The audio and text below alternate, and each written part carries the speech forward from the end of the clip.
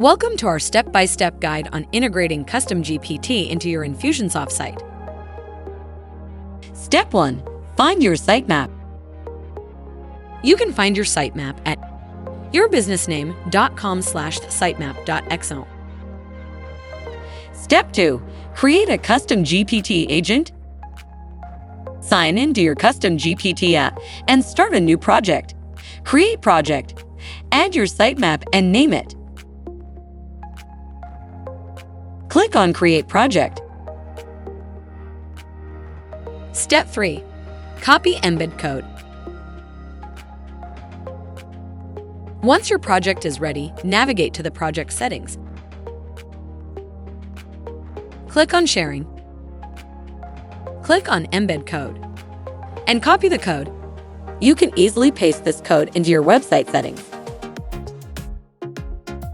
Curious about how it looks?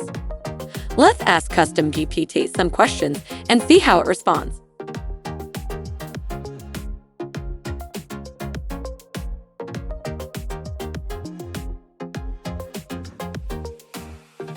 Thank you for watching this video.